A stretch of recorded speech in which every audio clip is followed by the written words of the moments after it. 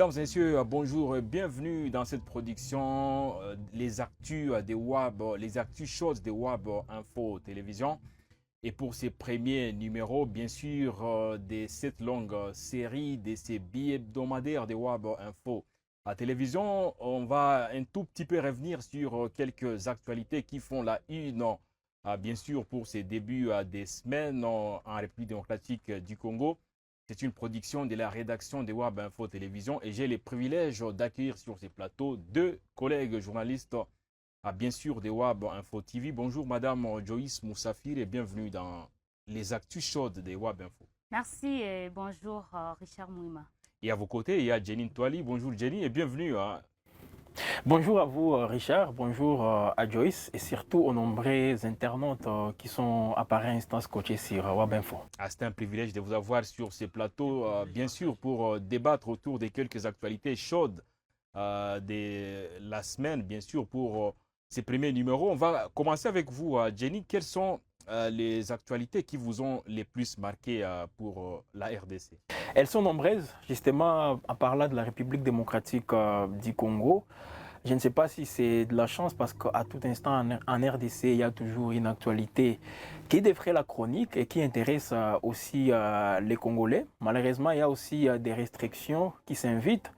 Pas plus tard qu'avant-hier, les conseils supérieurs de l'audiovisuel et de la communication, le CESAC, en RDC, qui a pris des mesures, je peux dire conservatoires, concernant les partis de Joseph Kabila et lui personnellement.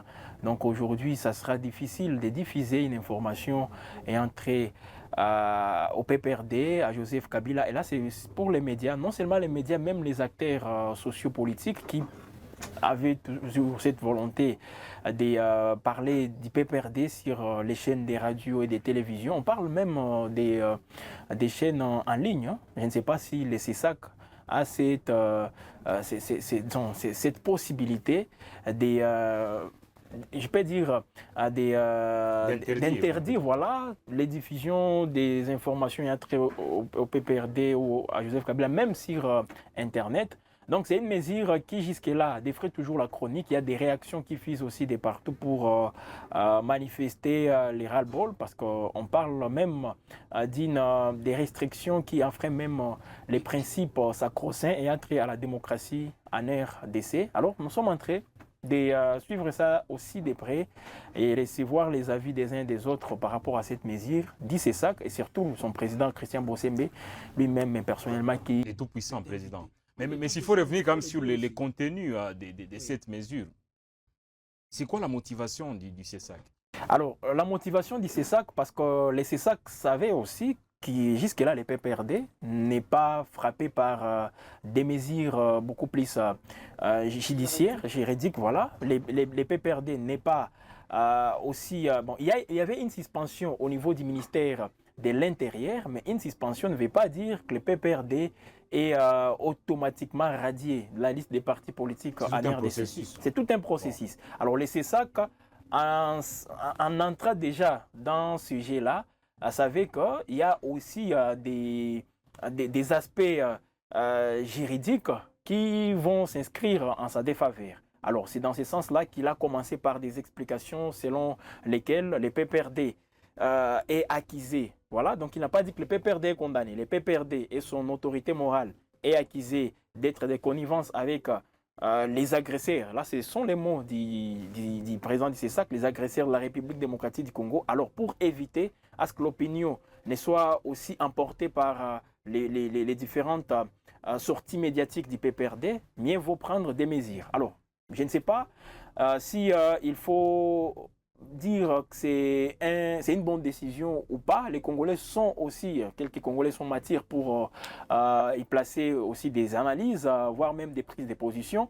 Mais pour les CESAC, encore une fois, c'est une décision parmi tant d'autres qui ne trouvent pas un avis favorable dans les chefs des Congolais, même les organisations des droits de l'homme, les organisations de défense aussi. Les chevaliers de la Ligne. J'ai vu la réaction du secrétaire de l'organisation Journalistes en danger qui, en tout cas, a fait une sortie aussi fracassante vis-à-vis du CESAC et de son président. Lui, il est allé même très loin en disant que c'est pour des appétits beaucoup plus politiques qu'on veut, favoriser. Et en tout cas, il n'a pas été très tendre avec les CESAC. Donc, c'est une institution du CESAC qui est entrée malheureusement, et là c'est en se basant sur les faits, parce que nous devons rester aussi factuels, les CESAC qui est entrée malheureusement déternir son image, et pourtant c'était une institution d'appui à la démocratie, au même titre que la CENI, mais si une fois elle est entrée aussi de se positionner, c'est un peu aberrant. Mais Madame Joyce, on a comme l'impression que c'est un peu controversé, et depuis lors, on sent quand même que les réactions fusent de partout, telles que Jenny vient de le dire, mais les réactions ne viennent pas que des journalistes, moins encore des opposants. On sent également que le parti au pouvoir ou les clans au pouvoir a pu réagir, à part les truchements du porte-parole du gouvernement, M. Patrick Mouyaya, le ministre de la Communication et des Médias. Qu'a-t-il dit réellement en réaction d'une question lui adressée par les journalistes? Au niveau du gouvernement, je pense que cette question aussi a basculé parce que pour le porte-parole du gouvernement congolais et ministre des Communications et Médias, Patrick Mouyaya, il a dit dans une question lors des entretiens avec l'un des journalistes des Top Congo, il a quand même signifié que ces derniers, dont le président du CESAC, devraient faire une rencontre avec les journalistes que de prendre une décision comme interdire toute publication ou faire intervenir, je dirais, toute parole, soit un invité parler de Joseph Kabila, ou soit du parti PPRD, ou de toute activité que peut mener ces deux personnalités, je peux dire, parce que c'est une personnalité morale et une personnalité physique qui sont concernées par la communication du président du CESAC.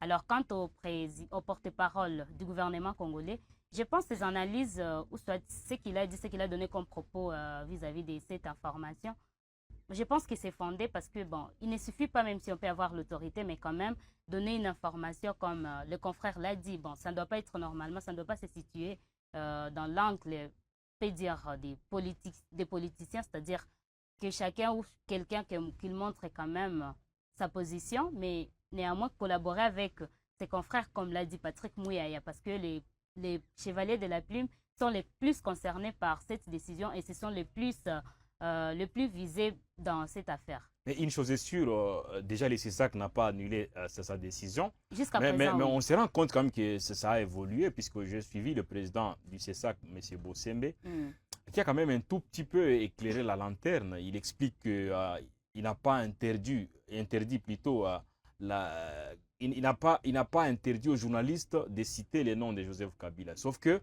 il faut, dans une certaine mesure, voir comment ne pas faire l'apologie des actions que mène Joseph Kabila, surtout dans la partie orientale de la RDC. Voilà, donc ça veut dire quand même que ça chauffe un tout petit peu de ces côtés-là et on attend bien sûr la suite. Ah oui. Au propos de Mme Joyce, c'est vrai, Patrick Mouyaya disant que Christian Bossembe puisse organiser une rencontre avec les journalistes pour trouver intérêt d'attente, mais c'est pas seulement les journalistes. C'est vrai, les journalistes sont les acteurs, je peux dire, principaux en ce qui concerne les médias, mais il y a aussi d'autres intervenants. Et là, c'est pas seulement les journalistes. Parce que même sur les réseaux sociaux, c'est pas seulement les journalistes qui ont la parole. Aujourd'hui, c'est vrai. On a beaucoup de créateurs de contenu, les influenceurs, entre guillemets. Même ceux qui ne sont pas des journalistes. Alors, mais beaucoup plus faire l'apologie, selon dans l'esprit bien sûr de communiquer. Mais moi je pense, sans pour autant vous prendre la parole, mais moi je pense que quand le président du CESAC s'adresse surtout à la communauté médiatique, je pense, il s'adresse beaucoup plus aux journalistes parce que ce sont les plus touchés et le règlement d'ordre intérieur du CESAC, ça touche beaucoup plus les journalistes. Donc c'est comme si ça écarte les créateurs de contenu ou soit toute autre personne pouvant et pourtant, on sent qu'aujourd'hui, nous sommes dans un paradigme interactionniste. Et comme on le dit, aujourd'hui, il n'y a pas que les journalistes qui relaient des informations. Et c'est ce qui est un peu dangereux. On va vous garder, Madame Joyce, pour passer à autre chose. Vous, de votre côté, de votre part, qu'est-ce qui vous a le plus marqué jusque-là? Oui, merci. Pour y revenir, ce qui m'a beaucoup plus marqué au courant de cette semaine, je peux dire, il y a la communication. De ces débuts de semaine, puisque la semaine est en cours. Voilà, de ces débuts de semaine. Il y a la communication de l'ancien ministre qui a dit quand même, Lambert Mende, qui a placé un mot par rapport... Actuellement député national. Actuellement député, oui, qui a placé quand même un mot par rapport à tout ce qui s'est dit concernant la gestion de la crise sécuritaire qui se vit dans l'Est de la République démocratique du Congo. Et je peux dire des conflits de l'Afrique en général, parce qu'il n'y a que de guerres qui se vivent. Voilà, autrement, il y a certains acteurs, comme par exemple Joseph Kabila, qui lui, selon lui, les conflits de l'Est, ou soit les conflits de l'Afrique, doivent être réglés par les Africains et non pas... Le conflit de la RDC. De la RDC doit être réglé à l'interne, c'est-à-dire laisser les conflits de la République aux habitants du pays.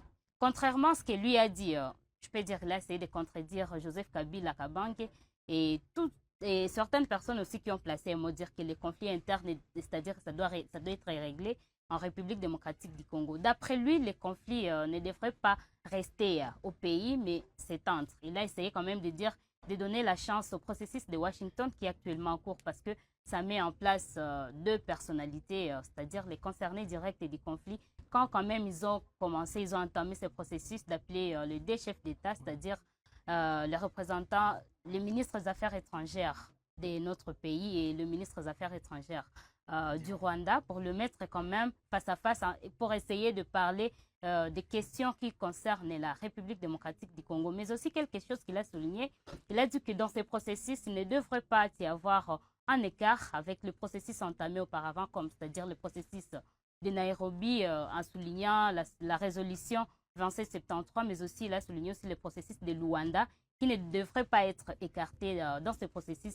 Question de trouver une solution pour les problèmes qui rongent le pays, la République démocratique du Congo. C'est ce que j'ai pu retenir de ce qu'il a dit quand même, mais je sens qu'il y a une contradiction avec ceux qui se mettent aux premières lignes, se disant qu'ils ont quand même la possibilité de donner des solutions directes pour que ces conflits puissent finir dans l'Est du pays. Mais Jenny, ça paraît un peu surprenant. Lambert Mende Omalanga a toujours été la bouche autorisée. Il parlait au nom de Joseph Kabila par le passé. Il était toujours convaincant peut-être.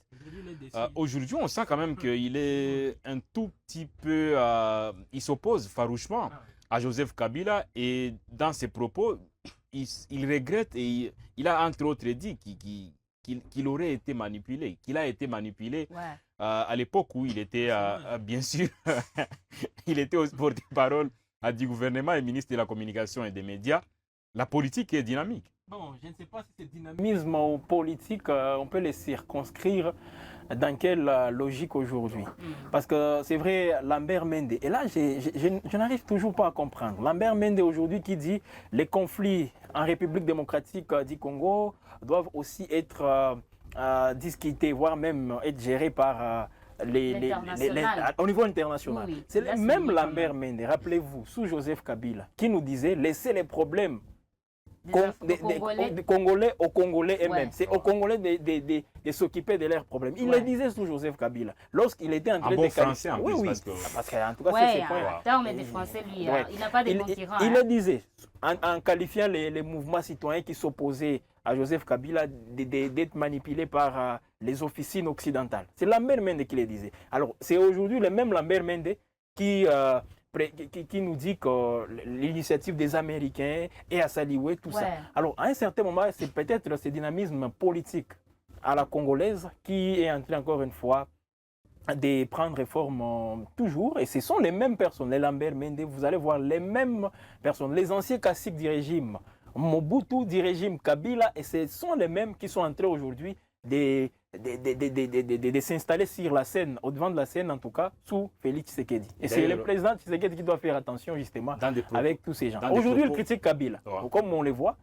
Bon, je ne sais pas, ça aurait été mieux quand même qu'il reste... Il critiquait Tshisekedi, mais pas Félix.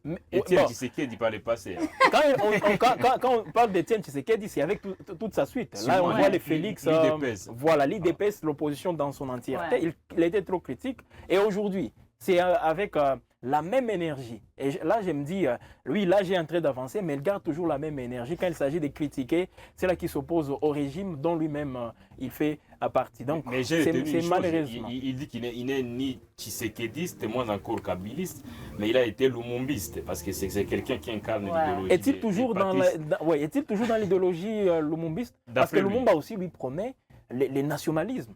Bon, mais là, quand Lambert Mende est en train de faire les beaux yeux aux Américains pour demander pour saluer leur démarche pour trouver la solution dans la crise en RDC, là, je ne sais pas s'il est toujours dans le nationalisme de Lumumba. Mais hormis les faits qu'il soit député national, il est également PCA, donc d'une grande organisation au niveau de la RDC. Ça veut dire qu'il est en train quand même de bénéficier de quelques avantages. Ça, c'est une évidence. Mais je voulais également revenir sur un fait d'actualité. Il y a un jeune qui m'a le plus surpris. C'est un jeune coureur de la ville de Goma, Miguel Saïsaï. Il est en train de parcourir parce qu'il a quitté Goma à vélo et son objectif est d'atteindre Cap au niveau d'Afrique du Sud. Ça veut dire qu'il va parcourir 6 pays exactement et il est en route. Je pense qu'il est en train de dépasser la Zambie. Il a quitté la ville de Goma depuis le 18 mai dernier et aujourd'hui il est en route vers l'Afrique du Sud à vélo. Donc c'est un peu surprenant. Pour lui, il dit entre... Bien sûr, Cap Town en quelque sorte au niveau d'Afrique du Sud. Et il va parcourir plus de 6000 km à vélo. Donc il est en train de braver beaucoup de difficultés. Bon, il y a d'un côté les problèmes de route, mais je pense qu'il y est presque. Il y est presque. Ça fait quand même autant de jours qu'il est en train quand même de parcourir autant de kilomètres en bravant toutes les difficultés, toutes les contraintes auxquelles il fait face. Et pour lui, il veut porter haut le message de la RDC, quelqu'un qui vit à Goma, dans une région un peu instable sur le plan sécuritaire. Il veut quand même montrer à la face du monde que la ville de Goma n'est pas à citer que lorsqu'il s'agit de l'insécurité. Donc, il veut également prôner ou montrer une autre image de la ville touristique de Goma. Et pour lui, la meilleure des choses consistait bien sûr à y aller à vélo. Mais ce qui est un peu peut-être surprenant et que surprenant négativement, est qu'il n'est pas soutenu parce que son initiative n'est qu'individuelle. Bon, il s'inscrit bien sûr dans un projet qu'il a dénommé Pedals for Peace. Ça veut dire il veut pédaler pour la paix. À question quand même de montrer une autre image de la ville touristique de Goma. Donc c'est un coureur très bien connu ici en ville de Goma, Miguel Saïsaï. Et il a quand même le soutien, il faut le dire, de la rédaction de WAB Info TV, Miguel Saïsaï. Alors Jenny, vous avez également quelque chose à nous dire par rapport aux actualités, parce que les actualités chaudes, il y en a au niveau de la RDC. Oui, tout à fait. Là, on se rend dans quel coin du pays exactement?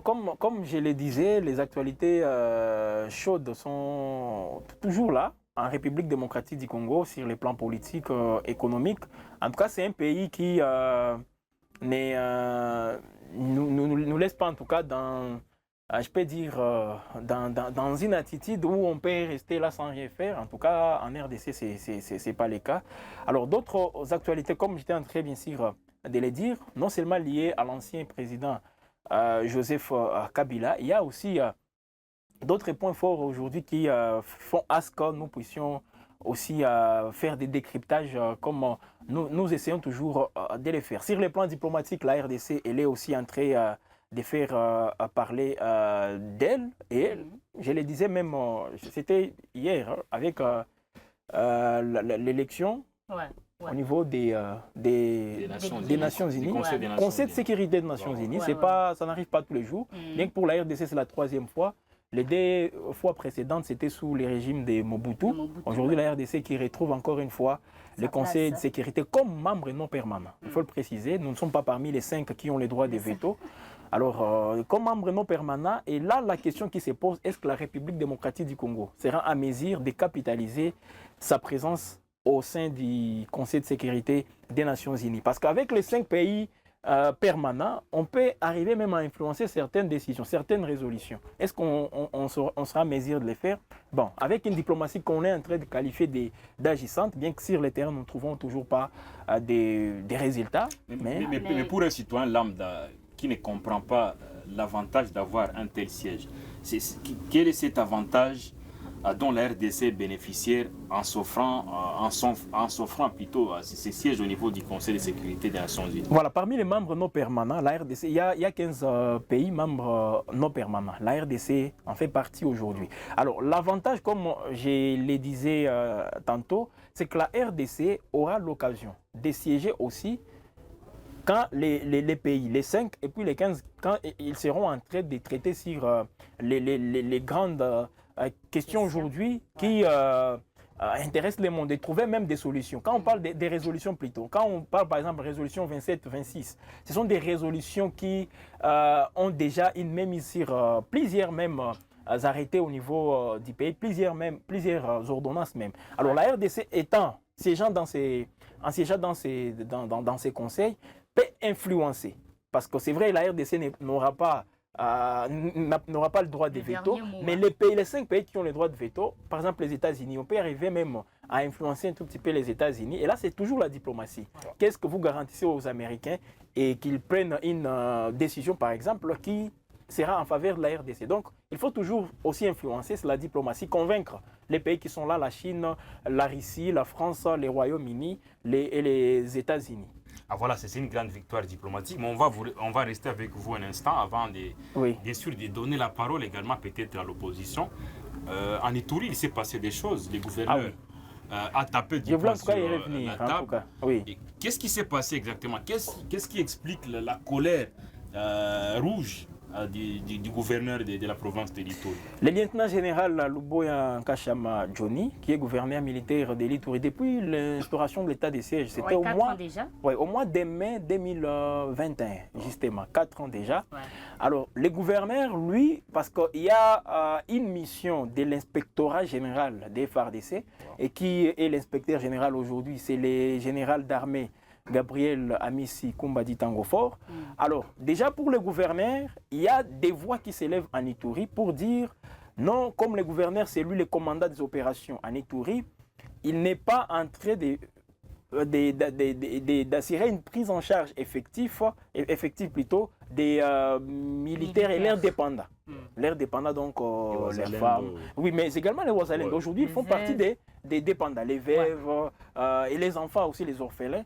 Il n'est pas en train de s'assurer d'une prise en charge aussi effective de toutes ces personnes. Alors, il y avait même des manifestations, les gens qui ont manifesté pour demander au gouverneur de faire tout pour que cela ne puisse plus, en tout cas, se reproduire. Alors, à Ituri, toujours le gouverneur, lui, étant, je peux dire, il n'a pas supporté encore une fois être traité, la pression qui pèse sur lui, et tout d'un coup, il a dit non, c'est pas moi qui gère quand même les fonds. Sur les médias, il a dit c'est pas moi qui gère les fonds, oui, je gère les opérations, mais c'est à Kinshasa. Il est même entré dans les fonds même de la question, disant qu'aujourd'hui en Ituri, les militaires mangent sur 30 jours, les militaires mangent 15 jours. Une grosse révélation. Une grosse révélation. Il est allé même au-delà en parlant même des sommes aussi faramineuses, les sommes qui sont gérées, lui-même n'arrive pas à comprendre, les efforts de guerre qui sont aussi manifestés, entrepris ça et là, mais on n'arrive pas à comprendre comment est-ce que sur le terrain, les militaires ne sont pas aussi, n'arrivent pas à accéder au minimum. Il s'est présenté également sur les sous-effectifs. Pourtant, tout à fait. Il y a apparemment des noms fictifs des militaires. Ça, c'est en tout cas une monnaie courante dans l'armée congolaise. Le président Félix Tshisekedi en 2019, lorsqu'il accédait à la magistrature suprême, lui-même, lorsqu'il est arrivé à Beni, on lui disait qu'il y a 21 000 militaires à Beni. Mais dans les faits, il a constaté que c'est 7 000 militaires qui sont là-bas. Et pourtant, on envoie des soldes, même d'autres avantages. D'autres avantages, bien sûr, liés aux militaires, la prime qui sont sur les lignes de front. 20, pour 21 000. Et pourtant, c'est 7 000 qui sont sur les terrains. Mais qui revient la faute dans ces cas si on paye Bon, et voilà pourquoi le gouverneur, lui, s'est insurgé par rapport à la mission de l'inspectorat général. C'est une mission qui vient pour constater, mais les rapports qui est envoyé à Kinshasa prouvent le contraire. Au lieu de rester dans les faits et donner les vrais chiffres, ils donnent des chiffres aussi qu'ils inventent. Donc, au lieu de dire 7 000, ils sont à Kinshasa, dans les rapports, ils disent 21 000. Et le gouverneur, lui, a dit que ce sont des missions qui ne servent plus à rien. Ils viennent ici sans pour autant donner les vraies causes. Alors, le gouverneur, je précise bien, serré. Je ne peux pas quand même l'affirmer, serait appelé à Kinshasa. D'après certaines indiscrétions, justement. Oui, il serait aujourd'hui appelé à Kinshasa. Bon, c'était aussi prévisible parce qu'avec toutes ces révélations, moi je crois qu'il risque même de subir les mêmes sorts qu'avait subi le général Nzima gouverneur à l'époque, l'ancien gouverneur du Nord Kivu. Il a été mis Oui, sous les silencieux fautes ne sont pas les mêmes. Ouais. Mais pourquoi j'ai dit qu'il risque de subir les mêmes sorts? Rappelez-vous, avec la pression qui pesait déjà sur Ndima, avec, rappelez-vous, ces carnages au niveau des Nyabushongo, avec les vices de Ouazalendo en ville de Goma. Ouais. On avait mis ça sur la tête du général Ndima et ça avait fait à ce qu'il soit appelé à Kinshasa. Et tout simplement, il n'est jamais revenu Mais ici. je pense que ça, c'était sur demande aussi de la population, si on peut essayer de... Bon. De toutes les façons, dans un Ouais, contexte d'instabilité sécuritaire, Mm. les gouverneurs de la province de l'Ituri étaient-ils obligés de s'exprimer ainsi aux médias? Pour se dédouaner, Voilà, peut-être. donc ce sont des questions peut-être qui taraudent les esprits à Kinshasa Ouais. et on ne pourra pas quand même y rester très longtemps. Mais ce qui est sûr est que le gouverneur a tapé du poing sur la table Ouais. et d'ailleurs il n'est pas le seul à hausser les tons par rapport à ce qui se Dans passe. l'opinion, il trouve un avis favorable. Il y Ouais. a des gens qui disent... Tout il a dit- naturellement. Il a dit la vérité. C'est ce Ouais. que nous observons. Ça, c'est sûr. Comme c'est un gouverneur, un général qui l'a dit, tant mieux. Mais en français, on le dit, toute vérité n'est pas bonne à dire. Bon. Mais lui, il a préféré le dire. Mais moi, je Et pense quand c'est même, ça- c'est- partant de la pression qui était déjà derrière lui et son appréciation vis-à-vis des Ituriens, il était obligé quand même Mais de dire la de toutes vérité, les façons, là. vous savez, nous sommes dans un contexte où on est plus redevable. Peut-être pour certains dirigeants, ils sont Ouais. plus redevables vis-à-vis de leurs supérieurs que, bien sûr, vis-à-vis Ça, de c'est leur sûr. population. C'est ça, c'est ce qui est peut-être un peu alarmant. Mm. Mais le gouverneur de la province de l'Ituri n'est pas le seul à avoir haussé les tons. Il y a également l'opposant congolais Martin Fayoulou qui a haussé les tons en des mots très clairs. Il a Ouais. entre autres, il s'est adressé quand même à 3 personnalités Mm. au niveau de la RDC. C'est une actualité qui vous a intéressé, Madame Joyce. Ouais, l'actualité, en tout cas, elle m'a intéressée parce que quand même, cet opposant qui autrefois était ami à ces 3 personnalités, bien sûr, à qui il a adressé les tons, bon, quand même, c'est de son droit de parler. Et quand il donne sa parole comme ça, en donnant des messages aussi forts à chacun, donc c'était d'une façon individuelle. Il a cité l'ex-président Joseph Kabila, il a parlé aussi des Corneille Nangaa, il a parlé aussi du président Félix Antoine Tshisekedi Tshilombo. Bon, on connaît quand même que c'était un trio, il a aussi souligné quand même que c'est parmi ses amis et certaines personnes disent que même peut-être ils se sont délaissés. C'est pour cela qu'il a adressé des messages aussi clairs à Joseph Kabila quand même quand il a dit qu'il a été déçu parce qu'il voit qu'il collabore actuellement avec ceux qui sacrifient l'intérêt du peuple. Il a aussi essayé d'interpeller Corneille Nangaa qui est actuellement coordonnateur de l'AFC 123 qui quand même, c'est pour lui un regret de voir que celui-ci se mette devant ou soit sur la première ligne d'un mouvement rebelle qui essaie quand même de mettre en mal le peuple congolais. Ça, c'est d'après Martin Fayoulou. D'après Martin Fayoulou. Et le tout dernier message qu'il a dit quand même, il a voulu faire une rencontre personnelle avec le président de la République. On ne sait pas ce qu'ils vont se dire, mais quand même, on espère que cette rencontre sera productive et favorable pour le peuple congolais. C'est ce qu'on espère quand même. Et aussi, ça nous a beaucoup étonné, voir qu'il quand même, il a eu ce courage de le dire tout haut, qu'il veut faire face à face avec le président, parce que bon, comme il le disait toujours dans ses précédentes sorties médiatiques, que celui-là lui a volé les mandats, bon, on reste juste en attente de voir de quoi ils vont quand même discuter, parce que bon, ces 2 personnes, on s'est dit, ouais, Bien sûr. on s'est dit quand même que s'il en est arrivé à ce point de demander face-to-face avec le président de la République, c'est-à-dire qu'ils ont des mots qui vont se dire, est-ce que ça sera au profit du peuple congolais ou soit c'est toujours, ça s'inscrira toujours dans les processus de la recherche et du rétablissement de la paix dans l'Est de la République. Donc ça reste une question qui nous intrigue et donc nous attendons ce qu'ils vont se dire. C'était à tête ça. Martin Fayoulou, l'opposant congolais, le président de l'ECD, bien sûr l'autorité morale, s'il faut le dire ainsi, il a entre autres dit, Monsieur Félix Tshisekedi, je veux vous voir, mais ce n'est pas pour un traitement de faveur, Ouais. mais c'est pour débattre autour quand même des questions et voir comment trouver la solution au mot qui ronge la RDC. La RDC. Depuis lors, quand même, ça défait la chronique, Jenny Toali. Et quelle est la déduction du commun des mortels après après ces propos quand même tenus par Martin Fayoulou? Il a tendu la main à celui dont il a toujours douté quand même du pouvoir. Alors, pour les communs des mortels, c'est que Martin Fayoulou Et cherche encore une fois à se positionner sur le plan politique. On dit que depuis qu'il est dans l'opposition, ça va faire presque bientôt 20 ans peut-être, parce qu'il était dans la même équipe avec Etienne Tshisekedi. Ils ont bataillé ensemble, voilà, justement, contre Kabila. Il a souffert aussi parce que, justement, une santé politique, il doit se référer aussi à une santé.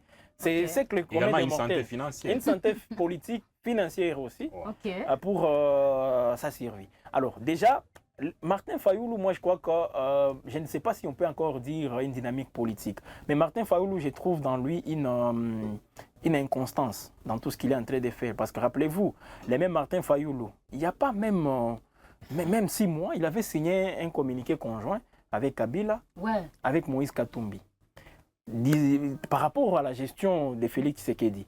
Et lui, c'est en l'écoutant, parce qu'il a fait tout simplement une déclaration de 3 minutes, s'adressant à Kabila, Nanga et Félix Tshisekedi.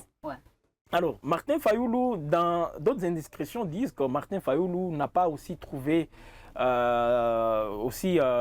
beaucoup plus respectueux les faits pour Joseph Kabila de venir s'installer ici à Goma en passant par le Rwanda. Donc, il voulait que Kabila l'informe d'abord de tout ce qu'il est en train d'entreprendre comme initiative. Pourtant, c'est indiscret, on le connaît, Joseph Kabila. Oui, il est discret. Là, c'est d'après certaines indiscrétions. Oui, le fait d'avoir signé un communiqué conjoint, ça lui donnait aussi cette faveur de connaître toutes les initiatives de Kabila. Et donner aussi son point de vue.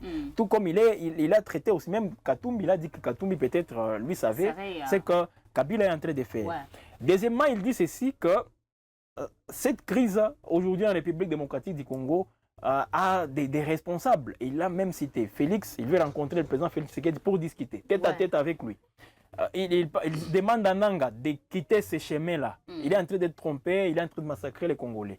Et il dit même à Joseph Kabila aussi d'abandonner ces chemins. Et pourtant, ces gens-là ne sont même pas jugés sur le plan juridique. Alors, Martin Fayoulou, il y a aussi un autre aspect. Comme je le disais, lui, je pense qu'il y a une peine de mort qui est déjà prononcée.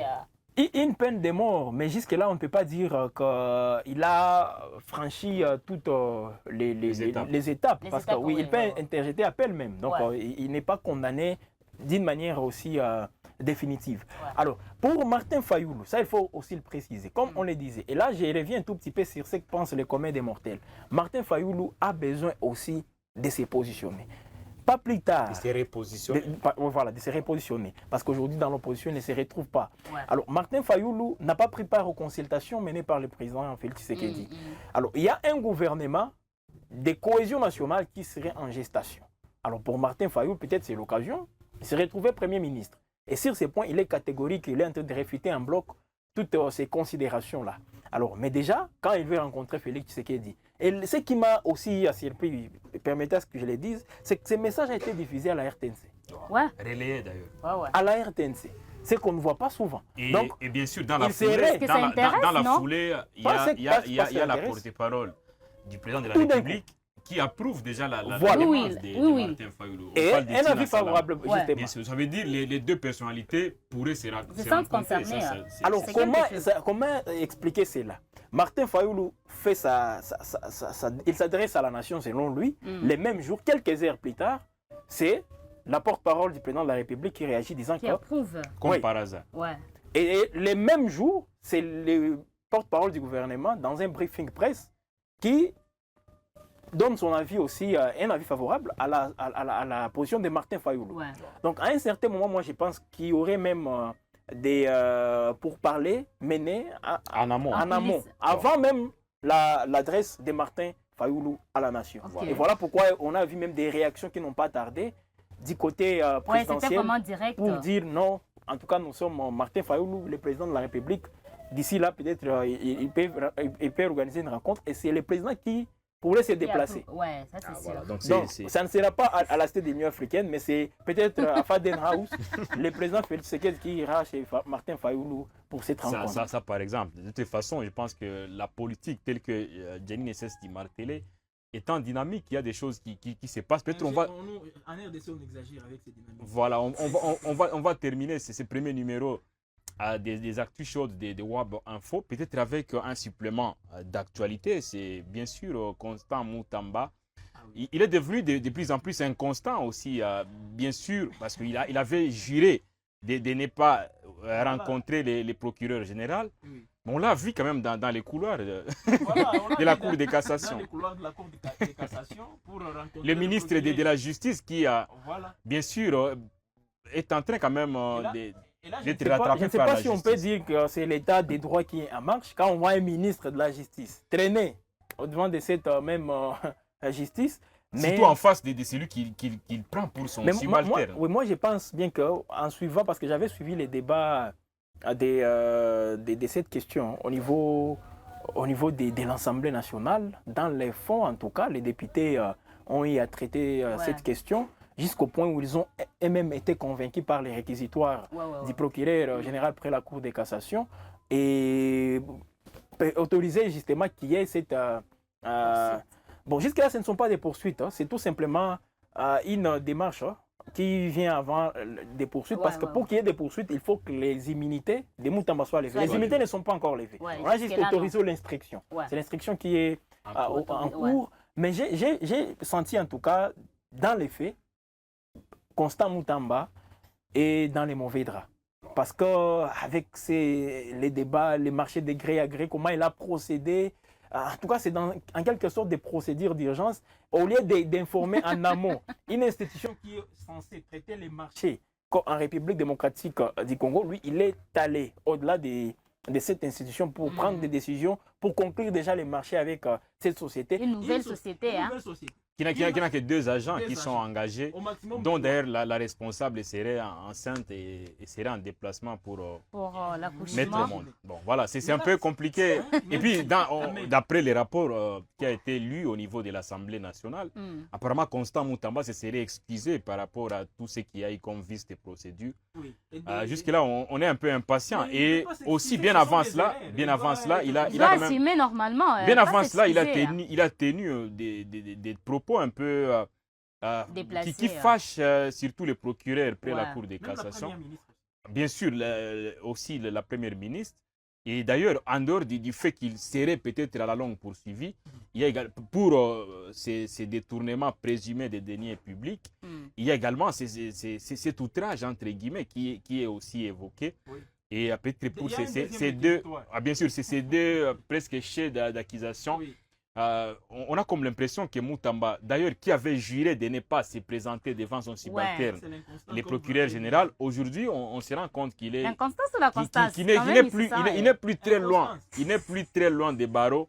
Et c'est ce qui est un peu désolant. La RDC a toujours son lot de surprises. Le ministre de la Justice, M. Constant Moutamba, aujourd'hui, est dans des sales draps et il serait poursuivi à la longue par la justice congolaise.